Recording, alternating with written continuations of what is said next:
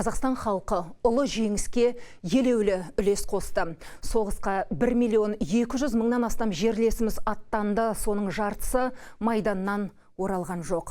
500-ден астам қазақстандық Кеңес одағының батыры атағына ие болды. Қазақстан Кеңес армиясын қамтамасыз етуші аймақ болды. Тыл еңбеккерлері жанқиярлық пен табандылықтың үлгісін көрсетті. Соғыс жылдары елімізде 460 зауыт пен фабрика ашылып, 15 миллион дана снаряд пен мина жасалды. Әр 10 оқтың 9-ы қазақ жерінен алынған қорғасыннан құйылды. Тылдағылар майданға азық-түлікпен киім-кешек тиелген 1500-ден астам вагон жөнелтті.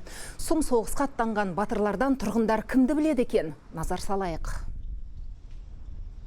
Соғыс батырларынан, ардагерлерден кімді деп танисыз? Кімді танимын? Өз мақталарым танимын. Жоқ болып кеткен.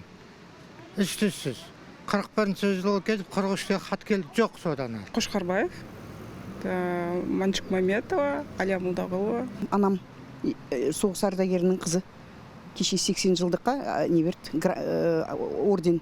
Менің атым Манчук деп қойғаны, енді әке-шешем, мен бірінші тұңғышымын, қыздардың ішінде 2 ағам бар, содан кейін мені Манчук деп қойды. Менен кейінгі сіңлімді Алия деп қойды.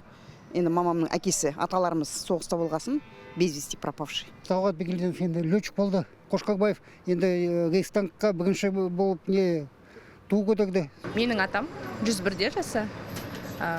Қазір үйде. Жағдайы жақсы, керемет. 101 деп айтпайсыз, 80-де сияқты.